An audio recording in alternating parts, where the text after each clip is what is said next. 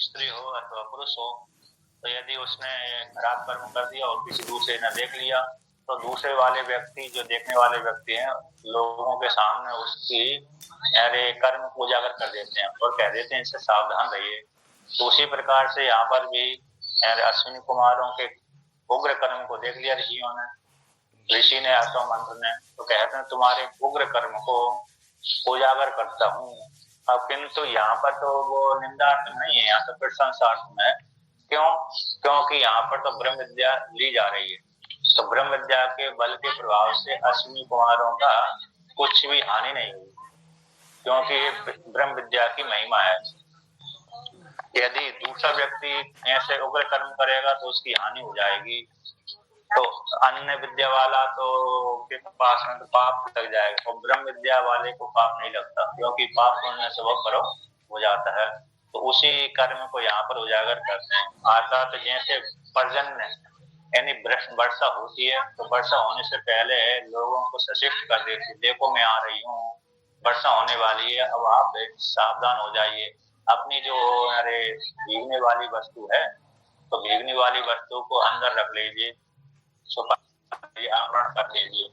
तो इसलिए वो पहले वर्षा होने से पहले बिजली कड़कती है, बिजली कड़कती है, गड़गड़ करती है, बादल गड़गड़ करते हैं, तो वही सचेत कर देते हैं, उजागर कर देती है कि वर्षा आने वाली है। उसी प्रकार से यहाँ पर भी ऋषि भी उजागर कर देते हैं कि देखो इन्होंने ऋषि के सिर को काट दिया और अश्व के सिर को जोड़ दिया, तो अश्व के सिर से जोड़ करके इन्होंने क्या किया, ब्रह्म विद्या ली, मधु विद्या ली। अब उसी को यहाँ पर वर्णन करते हैं। तो प्रशंसा है, ब्रह्म विद्या के बल के प्रभाव से इन अश्विनी कुमारों को कुछ भी हानि नहीं हुई। तो उसी को लेकर के यहाँ पर वर्णन करते हैं 655 नंबर पृष्ठ पर। स्वामी जी, कच्छ माने क्या होता है? कच्छ यानी गोपनीय रहस्य वस्तु, आत्मज्ञान। कच्छ कक्षा, जैसे कक्षायाम भवति, कक्षा में होने वाला, तो ये कक्षा में होने वाला, वहां पर तो कमरा हो गया ना कक्षा, 5वीं कक्षा, 6ठी कक्षा, 7वीं कक्षा, है ना। कक्षा तो आपने पढ़ाया ही हुआ है, तो उसी को कर दिया तो कक्ष हो गया। तो कक्ष का अर्थ हो गया यहाँ पर कमरे में रखी हुई वस्तु, ऐसे है। तो उसी प्रकार से यहाँ पर गोपनीय वस्तु, तो गोपनीय वस्तु यहाँ पर कौन है, आत्मविद्या। ये सभी के सामने उजागर नहीं करते उस आत्मविद्या को, करते हैं क्योंकि अधिकारी है नहीं, अधिकारी के सामने ये आत्मविद्या को उजागर करते हैं। सामान्य स्त्री पुरुषों के सामने उसको उजागर ही नहीं करते, क्योंकि वह तो गोपनीय समझ में नहीं आती। तो इस प्रकार से तो आगे वर्णन करते हैं। तो ऐसे जो गोपनीय रहस्य मधु विद्या को इन ऋषियों ने दी थी। तो तद एतद कर्म ऋषिर मंत्रस्य तद दृष्टा व पश्यन् उपलभ्यमानो अवोचा उक्तवान। तो यहाँ पर कहते हैं तद एतद ऋषि, इन ऋषि ने, तो ऋषि हो गए, तो यहाँ पर तद एतद ऋषि, तो ऋषि कह देने के पश्चात तो कहते हैं एक प्रतीक है, मंत्र का प्रतीक है। तो तद एतद कर्म, ऐसे कर्म करने वाले अश्विनी कुमारों के कर्म को, उस कर्म को अश्विनी कुमारों ने ऐसा कर्म किया था, क्योंकि अश्विनी कुमार दोनों लोग रहते हैं, हमेशा साथ साथ जोड़े में रहते हैं, जहाँ भी कहीं भी जाएंगे दोनों साथ साथ जाएंगे, दोनों भाई हैं तो जोड़े के रूप में रहते हैं। तो इतनी घनिष्ठता है, अलग अलग नहीं रहते। जैसे संत कुमार है, चारों भाई साथ साथ ही जाते हैं, उसी प्रकार से अश्विनी कुमार भी दोनों साथ साथ ही जाते हैं कहीं भी जाए। तो ऐसे जो अश्विनी कुमारों के द्वारा किया गया उग्र कर्म को ऋषि यानी मंत्र, ऋषि का अर्थ करती है भगवान भास्कर ने मंत्र, अथवा विकल्प कर दिया तद दृष्टा, उस मंत्र का दृष्टा ऋषि शब्द से दृष्टि ले लिया, वह विकल्प कर दिया। कहते उसको इन कर्म को देखते हुए जानते हुए उपलब्ध मान करते हुए, अर्थात ऋषियों के ओर से अश्विनी कुमारों के कर्म को जानते हुए अवोचा यानी उक्तवान, उन्होंने कहा था। किसने कहा था? तो ऋषि ने कहा था। प्रथम किस प्रकार से कहा था? कहते हैं तद दंश इति विभेदेन संबंधा, के ऋषियों ने मंत्र दृष्टारा ऋषि ने मंत्र ने उन अश्विनी कुमारों के उग्र कर्म को, दंश यानी कर्म हो गया, तो कौन सा उसका विशेषण था, उग्र, भयंकर कर्म को देख लिया था। तो देख करके उन्होंने कहा कि मैं तुम्हारे कर्म को उजागर करूंगा। तो उसी को लेकर के अब वर्णन करते हैं, दंश इति कर्मणो नाम देयम। दंश किसको बोलते हैं, तो कर्म का नाम दे है। तो कौन सा कर्म है वो, कहते उग्र। तच्चा दंश से किम विशिष्टम, दंश कर्म किस विशेषण से विशिष्ट है, तो कहते हैं उग्र क्रूरम, उग्रम क्रूरम, क्रूर कर्म है। तो ऐसे क्रूर कर्म करने वाले दोनों अश्विनी कुमार, उन अश्विनी कुमारों के उस कर्म को वाम युवा, कहते वाम उन दोनों, युवा उन दोनों के उग्र कर्म को। ये कौन है, हे नरा, ये प्रतीक है श्रुति का, नरा शब्द प्रतीक है, तो उसके नर आकार, नर आकार नर आकार वाले अश्विनी कुमार दोनों, सच्चे कर्म निमित्तम, कहते हैं वो उन्होंने ऐसा उग्र कर्म किया है। हे अश्विनी कुमारों, तुम दोनों ने ऐसा भयंकर कर्म किया, उग्र क्रूर कर्म किया है। तो सच्चा कर्म है, जो कर्म उग्र कर्म में भी भाई, क्रूर कर्म भी कोई ना कोई निमित्त को लेकर होता है कि नहीं। प्रयोजन बिना मंदो बिना प्रवर्तते, अथवा कोई कर्म करते हैं तो कर्म को करके, तो भयंकर जो कर्म किया जाता है उस कर्म को अरे कोई ना कोई अरे होना चाहिए, निमित्त होना चाहिए कि हम इसको लेकर के, जैसे कोई भूख प्यास आदि लगी है तो रोज के लिए भोजन बनाया जाता है, यदि भूख प्यास लगी नहीं है तो भोजन आदि बनाने की जरूरत ही नहीं रहती। उसी प्रकार से इन्होंने भी इस निमित्त को लेकर के क्रूर कर्म, उग्र कर्म, भयंकर कर्म कर दिया। तच्च कर्म किम निमित्तम, तो सनय लाभाय, सनय का अर्थ है श्रुति का प्रतीक सनय, तो उसका अर्थ कर दी लाभ, लाभ के लिए। कौन से लाभ के लिए, ब्रह्म विद्या के लाभ के लिए। लाभ में लुब्धो, लाभ का अर्थ हो गई लुब्धो, प्राप्त करने वाला, लुब्ध, जैसे लुब्ध लोभी होता है ना, जैसे मांस को लुब्धि होता है, जो व्यक्ति जैसे अरे व्याध आदि होते हैं, तो व्याध आदि मांस के लोभी होते हैं, तो लोभी होकर के वे पशु को मार देते हैं। उसी प्रकार से लुब्ध यानी ये लोभी है, किसके लोभी हैं, ब्रह्म विद्या के लोभी हैं। उसी को वर्णन करते हैं, लौकिक उदाहरण है।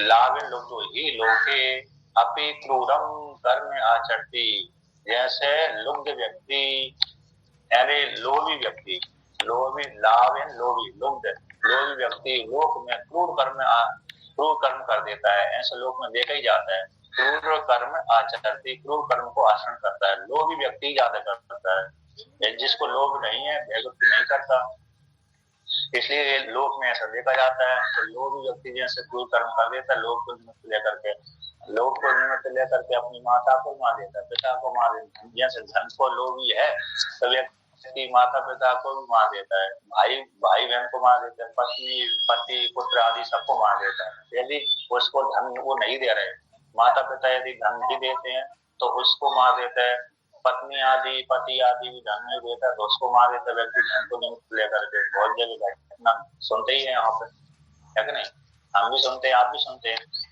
तो धन रूप लोभ को निमित्त को लेकर के व्यक्ति अपने माता पिता भाई बंधु को भी मार, दूसरे को तो मार ही देता है लेकिन अपने परिवार को भी मार देता है।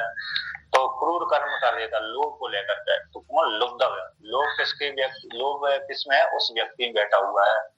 तो उसी लोभ को निमित्त बना करके वह लोभी व्यक्ति अपने परिवार वालों को, दूसरे वाले व्यक्ति को मार देता है। जैसे मांसाहारी व्यक्ति लोभ से युक्त होकर के तो पशुओं को मारता है। तो जिस प्रकार से लोक में क्रूर कर्म देखा जाता है, लोभी व्यक्ति के ऊपर लोभी व्यक्ति करता है लोभ से लेकर के, उसी प्रकार से दृष्टांत को दाष्टांत घटाते हैं। तथा ये उसी प्रकार से ही एक दोनों ने उसी प्रकार से कर्म किया। यथा लोके, इस प्रकार से लोक में अरे ऐसे क्रूर कर्म करने वाले वो व्यक्ति होते हैं, उसी प्रकार से इन्होंने भी ऐसा क्रूर कर्म किया। तद उस क्रूर कर्म को अश्विनी कुमारों के द्वारा किया गया भयंकर क्रूर कर्म को आदि प्रकाशम प्रणोमी, आदि का अर्थ होता है प्रकाश है, आदि धातु, आदि जो शब्द है प्रकाश वाचक होता है।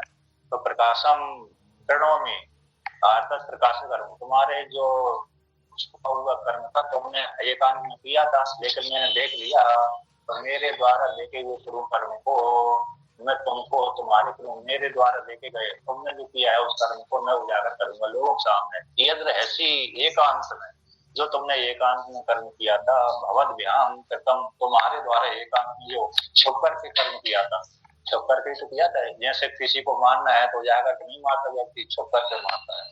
तो जो तुमने छुप करके कर्म किया था उस कर्म को मैं सभी के लोगों के सामने ले जाऊंगा। किम ईविति उच्यते, किसके सामने उजागर करेंगे, किसके समान। यहाँ पर रहस्य एकांत में आप दोनों के द्वारा किया गया जो भयंकर कर्म, उसको मैं करूंगा, दिखलाऊंगा ऐसे द्वारा। कृणोमी जो धातु हिंसार्थम होगी, है ना, कृणोमी शब्द क्या होगा, हिंसित जो कर्म था उस हिंसित कर्म को मैं उजागर करूंगा। ऐसे व्यक्ति हिंसित कर्म को उजागर कर देता है, कभी धार्मिक कर्म को उजागर कर देता है सामान्य, लेकिन हिंसित कर्म कोई व्यक्ति उजागर कर देता है यदि देख लेता है तो इस प्रकार से ऐसे उस कर्म को मैं उजागर करूंगा, लेकिन तो यहाँ पर वर्णन करते हैं,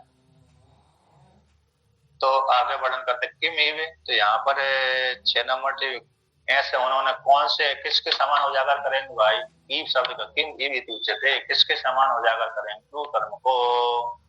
तो यहाँ पर वर्णन करते हैं तन्य तो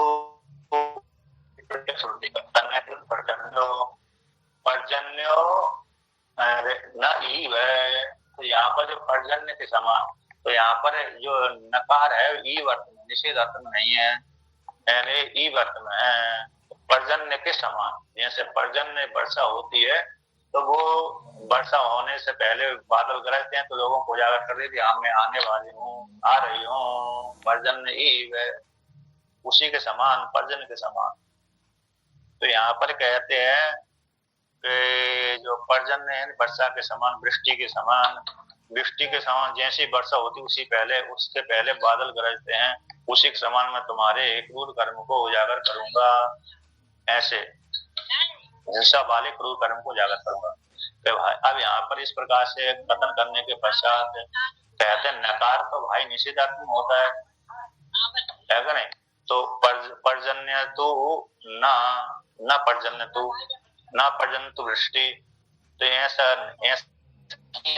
नहीं करना चाहिए, ऐसा नहीं था, ऐसा होना चाहिए, तो निषेधात्मक होना चाहिए। तो ये बात में कहाँ प्रयोग किया है, नकार तो ये बात में प्रयोग नहीं होता, तो नकार वेद में कैसे ये बात में प्रयोग होता है।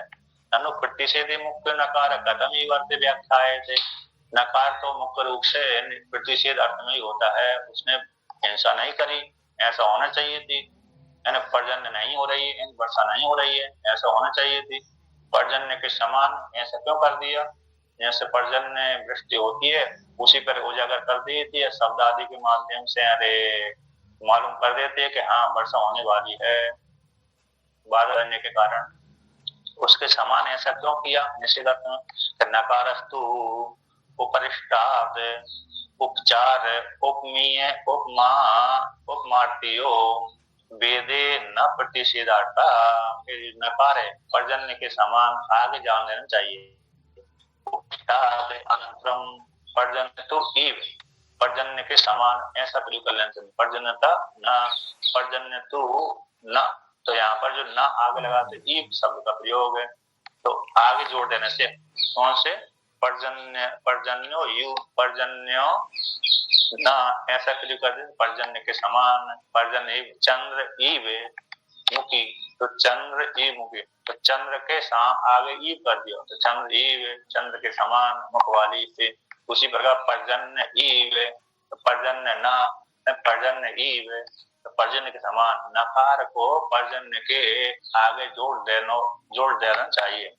तो क्या है उपरिष्टाद आगे जोड़ देने से उपचार, उपचार गौण, उपचार अर्थ में उपमी अर्थ, उपमा अर्थ में, तो उपमा अर्थ में, तो उपमा अर्थ जैसे होते, ये अमुक लड़का अमुक लड़की इतना सुंदर और सुंदर है, सुंदर अथवा सुंदरी है, चंद्र ही मुखी चंद्रमा के समान मुख वाली ये स्त्री है, तो जैसे उसकी उपमा चंद्रमा के समान दे दिया, यदि भी चंद्रमा से भिन्न है लेकिन उपमा उसकी सुंदरता को लेकर के चंद्रमा की उपमा दे दी, चंद्रमा समान मुखवाली।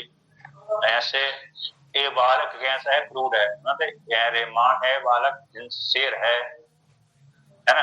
अयम बालक शेरो, तो है जो बालक कैसा है, शेर है। तो शेर है तो शेर तो नहीं है, किंतु शेर के जैसा उसकी कर्म है, तो उपमार्थम हो गया। तो इसी प्रकार से यहाँ पर उपमार्थ में जान लेना चाहिए नकार को। वेद में उपमार्थ में भी होता है, न प्रतिषेधार्थ, प्रतिषेधार्थ में नहीं।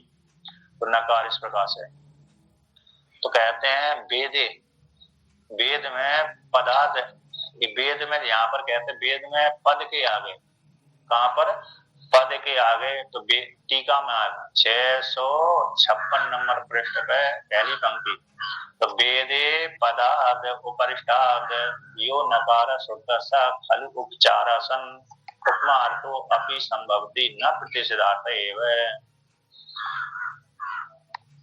इसको हटाओ, ये धूप को उधर लगा दो, दूर कर दो।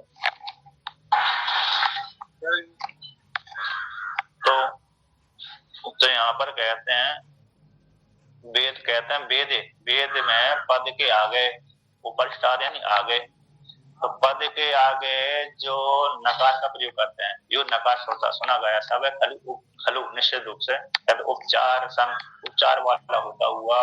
उपमा अर्थो भक्ति, उपमा अर्थो अभी संभव, उपमा अर्थ में भी संभव है, न निषेधार्थ में नहीं है। इस प्रकार से जान लेना चाहिए।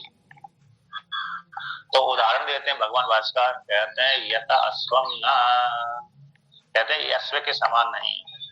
ये जो दिख रहा है ना पशु सामने दिख रहा है, वह सामने जो दिखने वाला पशु है वो कैसे अश्व के समान नहीं है, अश्व जैसा नहीं है, अश्व नहीं है, अश्व के समान नहीं। अश्वम इति तद्वत् यद्वत् है, अश्व के समान। अथवा अश्वम नहीं है, जैसे यथा अश्वम ना को पहले करेंगे ना, यथा ना अश्वम, तो यहाँ पर निषेध अश्व नहीं है, एक निषेध अर्थ हो गया है ना। यथा ना अश्वम, ये अश्व नहीं है, ऐसा ना को पहले कर दिए तो अश्व नहीं है, निषेध होगा। तो अश्वम भी ये तो बात है, ये अश्व के समान है, अश्व तो नहीं है लेकिन अश्व के समान है। अश्वम इति तद्वत् यद्वत्, तो अश्व के समान।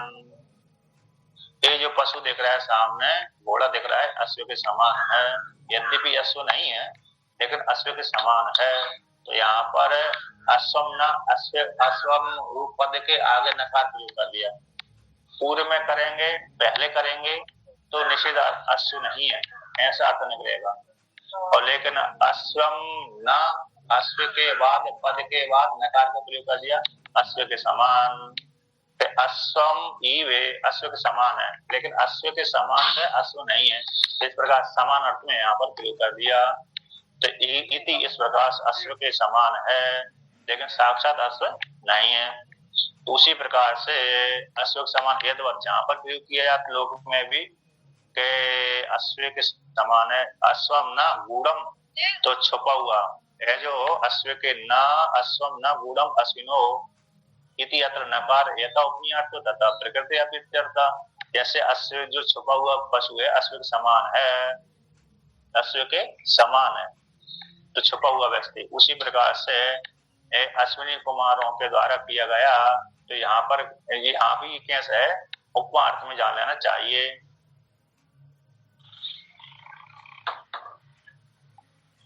तो उसी को लेकर कहते हैं, तो अश्वम अश्व के समान है। ये पशु जो दिख रहा है सामने, जैसे नील गाय देखते ना, गाय है, नील गाय आदि है, जंगल में दूर देश में गए व्यक्ति गया, जंगल में गया तो दूर से उस पशु को देखा, नजदीक में जाकर के देखा तो भाई कहेगा, लेकिन दूर देश से देख रहा है तो दूर देश को देख करके, आकृति को देख करके वो कह देता जी अश्व के जैसा दिख रहा है, अश्वम ही अश्व के समान दिख रहा है मेरे को। कह रहे हैं दूर की वस्तु किसी न किसी के समान दिखती है, साक्षात नजदीक आ गए, नजदीक में पहुंच गए तो वही दिखने लगती है कि वही वस्तु है।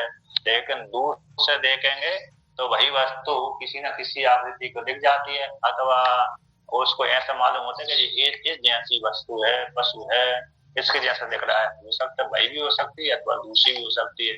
तो वहां पर ई अर्थ में प्रयोग कर देते हैं। जैसे दूर देश में देखने वाली वस्तु को व्यक्ति ई अर्थ में प्रयोग कर देते हैं। देखो मेरे को एक गाय की जैसी पशु दिख रहा है, अथवा भैंस के जैसा पशु दिख रहा है, अथवा गर्दभ के जैसा दिख रहा है, अथवा अश्व के जैसा दिख रहा है दूर देश के कारण। और नजदीक में है तो सामने ही दिख रहा है, प्रत्यक्ष ही दिख रहा है, नजदीक में आ गया तो नजदीक में सन्निकट हो जाने से तो फिर स्पष्ट दिख जाता है। किंतु दूर देश में व्यक्ति की चक्षु इतनी जल्दी कार्य नहीं करते, उसी हेतु से फिर वो चक्षु कार्य न करने के कारण उस सदृश अर्थ में प्रयोग कर देता है कि देखो वो वस्तु मेरे को इस जैसी दिख रही है। हो सकता है भाई भी हो अथवा दूसरी हो सकती है। जैसे अरे भीषण गर्मी में अरे किरणें किसके रूप से दिख जाती हैं? कहते हैं सूर्य के जल के रूप में दिख जाती हैं। सूर्य किरणें जल के रूप में दिख जाती हैं, इस प्रकार से जल के सदृश हो जाती हैं, तो वहां पर ई अर्थ में प्रयोग हो जाता है। उसी प्रकार से यहाँ पर भी जान लेना चाहिए, निषेध अर्थ में नहीं बल्कि ई अर्थ में नकार है। तन्यतुर ईव, ये आ गया तन्यतुर ईव वृष्टि, ऐसे तन्यतु के समान, तन्यतु न वृष्टि ऐसा प्रयोग था, न तन्यतु वृष्टि। तो वहां पर जो नकार आया भेद में, तो यहाँ पर ई अर्थ में, तो तन्यतुर ईव वृष्टि, तो तन्यतु के समान, इन पर्जन्य के समान, तन्यतु यानी पर्जन्य, पर्जन्य यानी क्या हो गई बादल, बादल पर क्या करते हैं मेघ क्या करते हैं वर्षा करते हैं, वृष्टि यानी वर्षा हो गई, और तन्यतु का अर्थ हो गए बादल। मेघ जब गर्जना करते हैं तो पहले सावधान कर देते हैं, किसको सावधान कर देते हैं? किसानों को, स्त्री पुरुषों को, भाई हम आ रहे हैं। किसके माध्यम से सावधान कर देते हैं? कहते हैं बिजली गड़गड़ाहट के द्वारा। बिजली की जब गड़गड़ाहट होती है तो स्त्री पुरुष सावधान हो जाते हैं, भाई वर्षा आने वाली है, अपने अपने सामान को जो उजागर पड़ा हुआ है अंदर रख लेते हैं। तो तन्यतुर ईव वृष्टि, तो यथा पर्जन्यो वृष्टि प्रकाशयति, जैसे पर्जन्य वृष्टि को प्रकाशन कर देती है तो वर्षा आने वाली है। किसके माध्यम से? कहते स्नायत आदि शब्दों के द्वारा। स्नायत आदि, तो यहाँ पर स्नायत ये शब्द होता है, इसका अर्थ होता है यानी बादलों की गड़गड़ाहट। स्पष्ट शब्द नहीं है तो अस्पष्ट शब्द होता है। जैसे बादलों की, जैसे बादल कभी दड़ दड़ दड़ करके आवाज निकालते हैं तो वहां पर वो एक भगवान ब्रह्मा जी का उपदेश चलता है, वहां पर दड़ दड़, तो वहां पर दड़ दड़ दड़ में दा दा दा, भगवान ब्रह्मा जी प्रजापति रूपी ब्रह्मा जी हैं, 3 बार दा का प्रयोग कर देते, तो मनुष्यों को उपदेश करते रहते हैं, मनुष्यों को, राक्षसों को, देवताओं को, दान करो, दया करो, दमन करो, है क्या नहीं? तो प्रति वर्ष जब जब वर्षा होती है, जब प्रति वर्ष वर्षा होने से पहले, वृष्टि होने से पहले बादल जब गरजते हैं तो दड़दड़ की आवाज आती है। तो दड़दड़ की आवाज में ब्रह्मा जी का उपदेश चलता है, दान करो, दया करो और दमन करो। मनुष्यों को कह देते हैं, मनुष्य लोग भी होते हैं और कमा कमा के रखते रहते हैं, तो उनसे कमा कमा के रखते हैं, तो उनसे ब्रह्मा जी कहते तुम कमाओ और लेकिन दान भी करो। इसलिए एक शब्द उनके लिए है। अब देवता गुरु होते हैं, उनसे कहते हैं कि वो तुम दमन करो, इंद्रियों को रोको। अब और राक्षस आदि कैसे क्रूर होते हैं, उनसे कहते हैं एक दास द्वारा दया करो जीवों पे। जैसे जो पशु को मारने वाले होते हैं ना, तो जो पशु को मारने वाले सही करते रहते हैं, उनसे कहते हैं दया करते रहो। इस प्रकार से तो 3 वो प्रति वर्ष है, जब जब वर्षा होती है तब तक वही ब्रह्मा जी उपदेश करते रहते हैं, प्रजापति उपदेश करते रहते हैं। तो इतना आदि शब्दों के द्वारा यही हो गए। तो शब्द अप्रकट है, मतलब स्पष्ट रूप से शब्द नहीं है बल्कि अप्रत्यक्ष रूप से शब्द हैं। इन शब्दों के द्वारा जैसे सचेत कर दिए जाते स्त्री पुरुषों को, उसी प्रकार से तद्वद हमने ऋषि मंत्र वृत्ता ऋषि अथवा मंत्र तुम दोनों के युवा हो, तुम दोनों के क्रूरम कर्मम, क्रूर कर्म उग्र कर्म को आविष्करणोमी संबंधा, आविष्कार करूंगा, उजागर करूंगा, लोगों को दिखलाऊंगा। देखो इन्होंने भयंकर क्रूर कर्म किया, ऋषि के सर को काट दिया। तो यहाँ पर कहते हैं, टीकाकार इस पर उठाते हैं, प्रश्न करते हैं कि विद्या स्तुति द्वारा तद बंतौ अश्विनौ अत्र न स्तूयते। यहाँ पर स्तुति, विद्या की स्तुति के द्वारा तद वाले ऐसे, तद वाले जो अश्विनी, ऐसे क्रूर कर्म करने वाले अश्विनी कुमारों की यहाँ पर स्तुति नहीं होना चाहिए। किंतु क्रूर कर्म में कारित्व होने से उन्होंने तो क्रूर कर्म किया है, अश्विनी कुमारों की निंदा नहीं होना चाहिए क्योंकि उन्होंने भयंकर क्रूर कर्म किया। तो इस विद्या के माध्यम से उनकी स्तुति नहीं होना चाहिए, बल्कि उनको तो निंदा होना चाहिए। देखो इतने कितने क्रूर हैं, इन्होंने एक ऋषि की हत्या कर दी, एक ऋषि का सर काट दिया, ऐसी निंदा होना चाहिए। ततः आख्यायिका विद्या स्तुति अर्थ अयुक्तम, जैसी आख्यायिका विद्या की स्तुति के लिए आई है ये ठीक नहीं है, ऐसा पूर्व पक्षी ने प्रश्न कर दिया। कि जो पूर्व पक्षी कहता है कि भाई जो विद्या के माध्यम से अरे अश्विनी कुमारों ने जो क्रूर कर्म किया उसकी निंदा, क्रूर कर्म करने के कारण अश्विनी कुमारों की भी निंदा और अश्विनी कुमार की निंदा होना चाहिए, बल्कि उसकी प्रशंसा नहीं होना चाहिए। देखो अश्विनी कुमारों ने ऐसा क्रूर कर्म करने के पश्चात उन्होंने हिंसा भी कर दिया और प्रशंसा भी हो गई उनकी, तो बल्कि वहां पर तो उनकी निंदा होना चाहिए कि इन्होंने भयंकर क्या कर्म किया, किसी ब्राह्मण आदि को मार दिया, ब्राह्मण को मार दिया, ऋषि को मार दिया, विद्या वाले गुरु को ही मार दिया। तो ऐसे उनकी निंदा होना चाहिए, ना कि आख्यायिका विद्या स्तुति के लिए है, ऐसा पूर्व पक्षी प्रश्न है। तो पूर्व पक्षी प्रश्न को सुनकर के कहते हैं यहाँ पर, ननु अश्विनो हो स्तुति अर्थो स्तुति अर्थो कथम इमौ मंत्र स्याताम निंदा वचनो ही इमौ। कहते हैं अश्विनी कुमारों की स्तुति के लिए, अश्विनी कुमारों की स्तुति के लिए ये दो मंत्र आए हैं, स्याता हो तो ये तो स्तुति के लिए कैसे हो सकते हैं, ये तो निंदा वचनो ही इमौ। ये दो आगे के जो मंत्र है 16 और 17, ये दोनों मंत्र तो निंदा के लिए होने चाहिए, ना कि स्तुति के लिए, ऐसा पूर्व पक्षी ने कहा। अर्थात क्योंकि इन्होंने ऐसी गलत कार्य किया, गलत कार्य करने वाले की निंदा होना चाहिए, ना कि स्तुति होना चाहिए। दोष है, इसमें कोई दोष नहीं है, दोष तो नहीं है भैया, है ना, दोष तो होना चाहिए। कहते हैं दोष इसलिए नहीं है कि स्तुति ये स्तुति है, न निंदा वचना हो, निंदा वाचक वचन नहीं है, निंदावाचक वचन नहीं है। तो कहते हैं किस लिए, कहते यस्मात् ईदृशम अपि अति क्रूर कर्म पूर्वतोर युवयोर न लोम चाहिए। जिस विद्या के बल के प्रभाव से ईदृशम अति क्रूर कर्मम, जिस विद्या के प्रभाव से इस प्रकार से ऐसे क्रूर कर्म करने वाले दोनों का, अश्विनी कुमारों का कौन सा क्रूर कर्म है, ऋषि के सर को काट दिया, एक क्रूर कर्म हो गया। ऋषि के सर को काटने वाले, क्रूर कर्म करने वाले इन दोनों का विद्या के लिए और विद्या से हो जाने कारण इन दोनों का ना लोम चाहिए थी। तो यहाँ पर लोम का भी, लोम के बराबर भी हानि नहीं होती है ना। तो लोग बागों में जो लोग में आते ना, मेरे बाल के बराबर भी कुछ बिगड़ने वाला नहीं है, तो इसी यहीं से लिया गया है। भगवान भास्कर ने भी प्रयोग कर दिया यहाँ पर, लोक में भी पहले प्रयोग होता रहा होगा, तो भगवान भास्कर ने भी यहाँ पर प्रयोग कर दिया उसी बाग को। ना लोम चाहिए थी, मेरे लोम का भी लोम के बराबर भी हानि नहीं, केस के बराबर भी, जैसे केस है छोटा सा होता, पतला होता, इतने के बराबर भी हानि हो जाती, इतने बराबर भी हानि नहीं होती। तो यहाँ पर कहते हैं कि इस प्रकार से क्यों नहीं हुई भाई हानि, कहते विद्या के बल के प्रभाव से। कौन सी विद्या के, ब्रह्म विद्या के, अन्य विद्या के बल के प्रभाव से नहीं है, यहाँ पर मात्र ब्रह्म विद्या के बल के प्रभाव से। यदि दूसरी विद्या होता तो हानि हो जाती उसको, लेकिन ये ब्रह्म विद्या थी इसलिए उसको ब्रह्म हत्या का दोष नहीं लगा, और ब्रह्म विद्या के द्वारा सारी हत्याओं की निवृत्ति हो जाती है। क्योंकि ब्रह्म विद्या जिसके पास हो गए तो उसके पास ना तो कर्म ही बचे, कर्म ही नहीं बचते, सारे कर्म समाप्त हो जाते हैं, पुण्य वाले कर्म भी समाप्त हो जाते हैं, पाप वाले कर्म भी समाप्त हो जाते हैं। उसी को टीका में देखो, इसको कहते हैं 1 2 3 4 5 छठी पंक्ति, नीचे से छठी पंक्ति, तो लोम मात्रम अपि न हियते, लोम मात्र का भी हानि नहीं होती, लोम मात्र के बराबर भी हानि नहीं होती। यस्मात् जिस कारण से, तस्मात् ये विद्या की स्तुति है, विद्या के बल के प्रभाव से उसकी हानि नहीं हुई।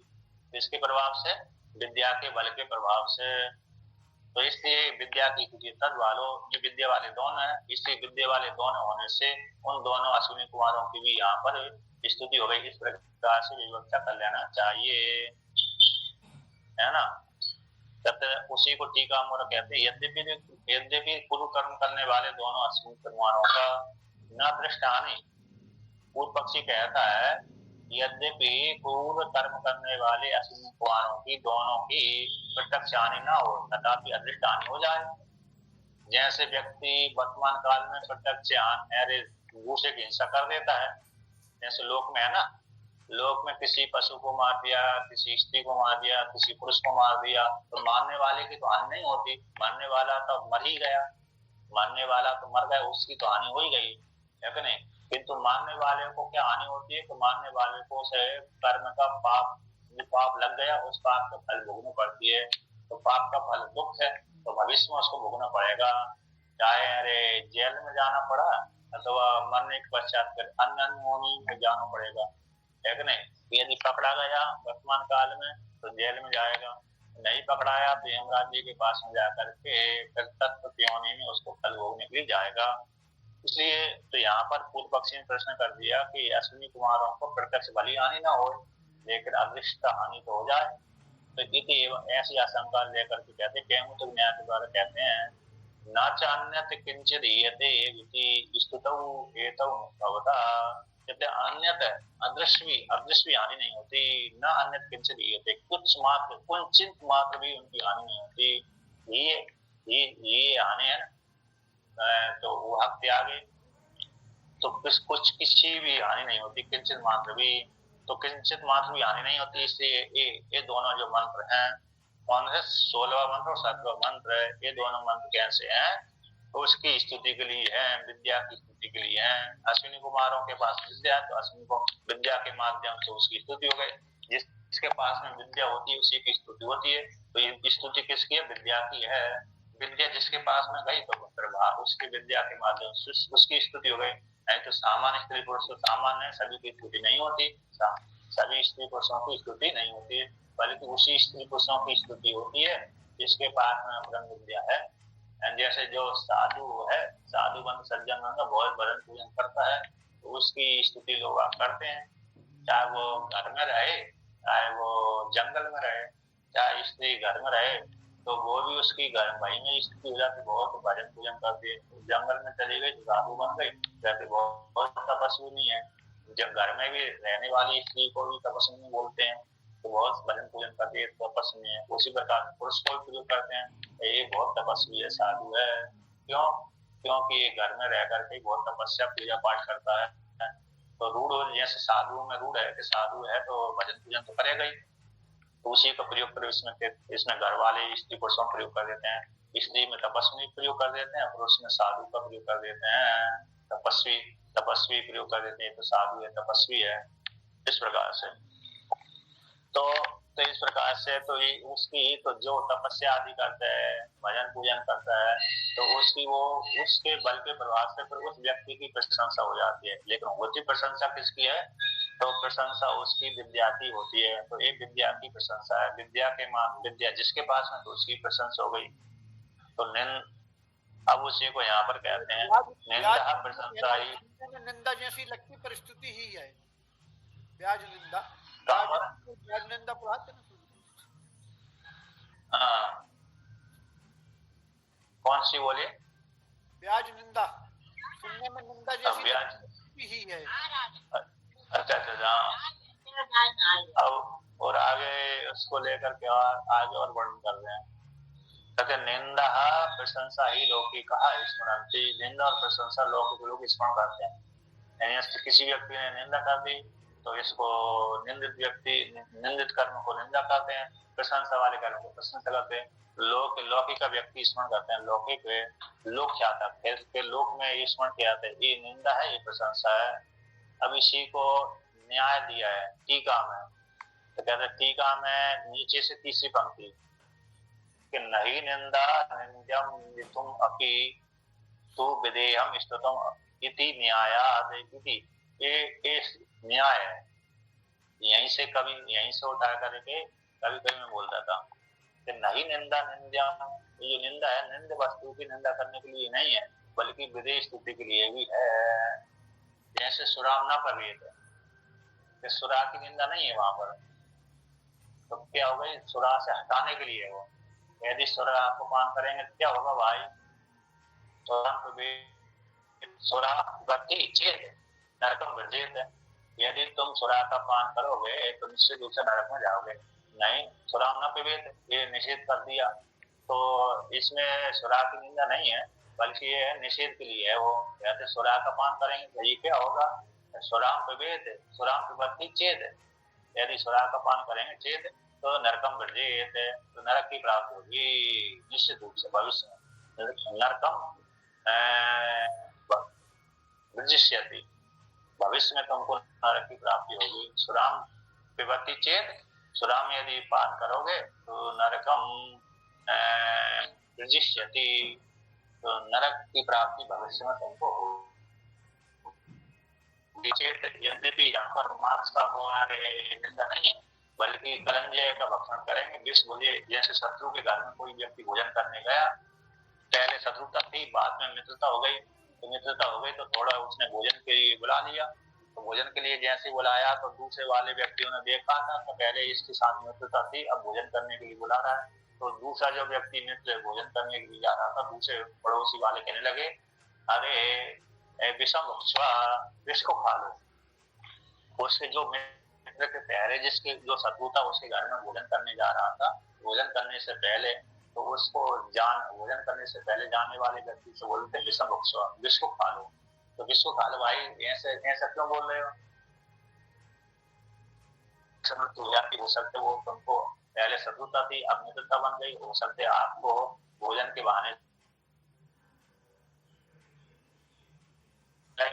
इसलिए पहले से सचेत कर दिया विषम भुक्ष्वा, तो वहां पर इत्यादि। तो कहते हैं मांस कलंजे न भक्षे थे, तो कलंजे भक्षण करेंगे तो क्या हो जाएगा, हो सकते विष भुजा हुआ बाण से मांस, विष भुजे बाण से पशु को मारते हैं शिकार खेलने वाले शिकार, तो हो सकते वो जब पूरा ही विष उस मांस में चला गया वो इसको खाएंगे तो क्या हो जाएगा, तुम्हारी मृत्यु हो सकती है। जैसे कलंजे न भक्षे तो निषेध कर दिया वहां पर, तो यदि भी वहां पर ऐसा करेगा तो हानि हो जाएगी इस प्रकार से। तो निंदा निंद के लिए नहीं, तो स्तुति भी विधेय के लिए नहीं है, तो उसी को कहते हैं नहीं निंदा निंद्यम निंदुम, निंदा निंद की निंदा करने के लिए नहीं बल्कि विधेय और स्तुति के लिए ही होती है। यथा निंदा ना निंदम निंदितुम इति यथा स्तुतिर अपि स्तुतम एव न भवति किंतु निंदितुम, जैसे उसी प्रकार से निंदा निंद की निंदा करने निंदा जो निंदा है निंद वस्तु की निंदा करने के लिए स्तुति के लिए भी है, विधेय के लिए है, उसी प्रकार से स्तुति भी, कहते स्तुति भी स्तुत्य वस्तु की स्तुति के लिए नहीं है किंतु निंदा के लिए भी है। अब जैसे किसी की स्तुति कर दी, बहुत कुछ खराब कर्म करता था, तो खराब कर्म करने वाले व्यक्ति को बोल दिया अरे तुम तो बहुत ही अच्छे हो, तुम तो महान कर्म करते हो, है तो दुष्ट है तो क्यों है वो दुष्ट है, वो दुष्ट है उसको लोग आग जानते हैं दुष्टता करता है, अब दुष्टता करता है ये भी जानते हैं, लेकिन लोग उसकी प्रशंसा करते हैं, कहते तुम तो बहुत अच्छे हो, तुम तो बहुत बड़े बड़े कर्म करते हो, है ना। बहुत से धार्मिक है, जैसे धार्मिक व्यक्ति को बोल दिया बहुत कंजूस व्यक्ति है, तो बहुत कंजूस है तो कभी एक आध बार उसने दान पुण्य कर दिया छोटा मोटा, उसी को लेकर के लोग उसकी प्रशंसा करते, कह दिया अरे तुम तो बहुत धार्मिक हो, तुम बहुत दान पुण्य करते हो, तो यहाँ पर उसकी प्रशंसा नहीं है बल्कि निंदा ही है कि नहीं। ऐसे क्रूर कर्म करने वाला है लेकिन लोग उससे डर के मारे इसकी स्तुति कर दी, अरे तुम तो बहुत अच्छे कर्म करने वाले हो, बहुत शिकार, तो शिकार करने जाता बहुत शिकार करता है, तो लोग उनका अरे तुम तो कितना अच्छा शिकार करते हो, तुम कितने महान हो, कितने कितने पशु को मार देते।